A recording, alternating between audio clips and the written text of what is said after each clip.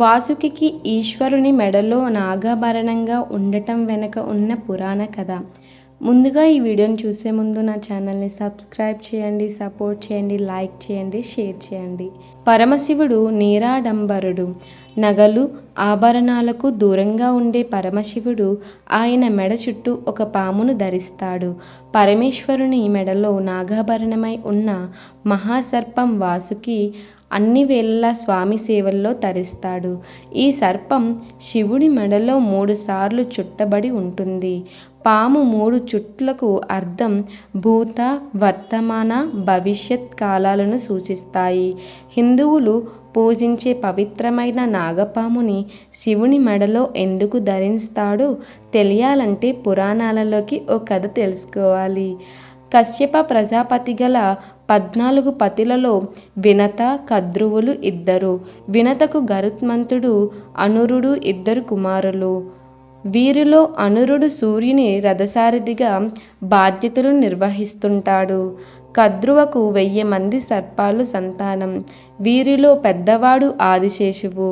పాల సముద్రం సమీపంలో గుర్రం దూరం నుంచి చూసిన కద్రువ తన సోదరి వినతతో దాని తోక నల్లగా ఉందని చెబుతుంది. అయితే వినత అంగీకరించకుండా తోక కూడా తెల్లగానే ఉంటుందని పేర్కొంటుంది.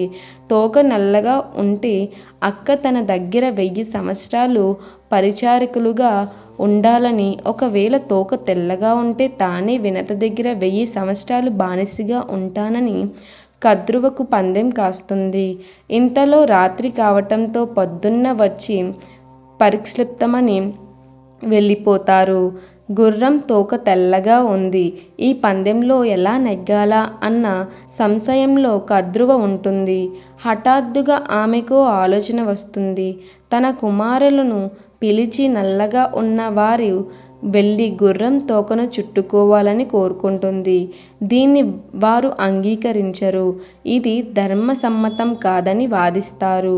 వారి వాదనలతో ఆగ్రహం చెందిన కద్రువ తల్లి మాట పట్టించుకోరు కాబట్టి భవిష్యత్తులో జరిగే సర్పయాగంలో పడి నశించిపోతారని శపిస్తుంది. ఈ శాపంతో వీతిల్లిన కొన్ని సర్పాలు తల్లి మాట ప్రకారం గుర్రం తోకను పట్టుకోవటంతో నిజమేనని భ్రమించిన వినత అన్న మాట ప్రకారం కద్రువ దగ్గర దాసిగా పనిచేస్తుంది. అనంతరం ఆమె రెండో కుమారుడు గరుత్మంతుడు బానిసక బంధాల నుంచి విముక్తి కలుగజేస్తాడు. తల్లి మాట అంగీకరించని ఆదిశేషువు శ్రీ మహావిష్ణువు కోసం ఘోర తపస్సు చేస్తాడు. స్వామి ప్రత్యక్షమై ఆదిశేషువును తన శేషతల్పంగా చేసుకుంటాడు. దీంతో ఆదిశేషువుకు ఎలాంటి మృత్యుభయం లేకుండా పోయింది.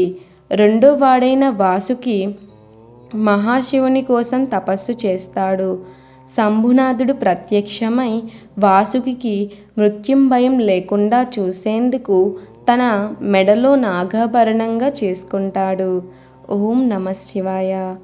సర్వే జనా సుఖినో భవంతు. Thank you for watching.